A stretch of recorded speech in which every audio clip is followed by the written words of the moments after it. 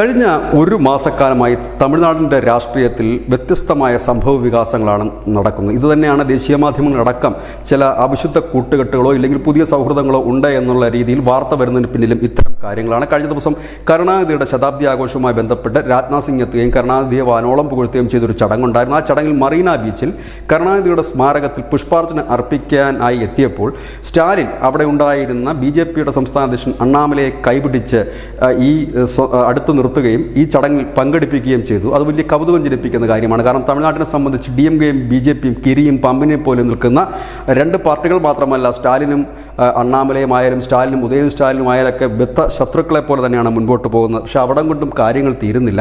മറ്റൊരു ചടങ്ങിൽ ഉദയനിധി സ്റ്റാലിനും അണ്ണാമലയും പങ്കെടുത്ത ചിത്രങ്ങളാണ് ഇപ്പോൾ സോഷ്യൽ മീഡിയയിൽ വൈറലാകുന്നത്. ഇതിൽ അണ്ണാമലയെ കൈകൂപ്പി നിൽക്കുന്നതും ഉദയനിധി സ്റ്റാലിൻ കൈ ചൂണ്ടി സംസാരിക്കുന്നതുമാണ്. ഇത് ഫേക്കാണ് എന്നാണ് കുറച്ചധികം പേർ പറഞ്ഞത്. മറ്റൊരു കൂട്ടർ അണ്ണാമലയെ മുട്ടുമടക്കി. അങ്ങനെ പലതരം കമൻറ്റുകൾ ഈ ചിത്രത്തിന് താഴെയുണ്ട്. പക്ഷേ ഈ ചിത്രം യാഥാർത്ഥ്യമാണ്, ഫാക്റ്റാണ്. ഈ ചിത്രത്തിന് ആസ്പദമായ സംഭവം കായിക മന്ത്രിയായ ഉദയനിധി സ്റ്റാലിനും അണ്ണാമലയും പങ്കെടുത്തൊരു ചടങ്ങാണ്. അവിടെ ഇരുവരും സംസാരിച്ചുകൊണ്ട് നിൽക്കുമ്പോൾ BJP-യുടെ നേതാവ് കരാട്ടെ ആർ ത്യാഗരാജൻ അവിടേക്ക് വരുന്നു. ആ കരാട്ടെ ആർ ത്യാഗരാജനെ നോക്കിയാണ് അണ്ണാമലെ കൈകൂപ്പുന്നത്. അപ്പോഴേക്കും ഉദയനിധി സ്റ്റാലിൻ എന്തോ പറഞ്ഞുകൊണ്ട് നിൽക്കുന്നതാണ്, വിരൽ ചൂണ്ടി നിൽക്കുന്നതായി ആ ചിത്രത്തിൽ കാണുന്നത്. ഏതായാലും ഈ ചിത്രം വൈറലായിരിക്കുന്നു. ഇപ്പോൾ പലയിടത്തായിട്ട് DMK-യുടെയും BJP-യുടെയും ഒക്കെ നേതാക്കൾ ഒരുമിച്ച് കൂടുന്ന പല പരിപാടികളും നടക്കുന്നുണ്ട്.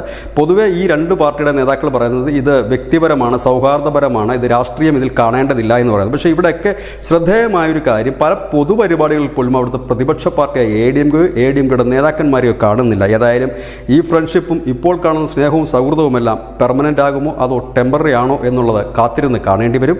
ഏതായാലും പുതിയ മേച്ചിൽപ്പുറങ്ങൾ തേടുന്ന BJP-യുടെ ട്രാക്ക് മാറിയുള്ള ഓട്ടമാകാം ഇതെന്നും കരുതുന്നവരുണ്ട്. News India Malayalam.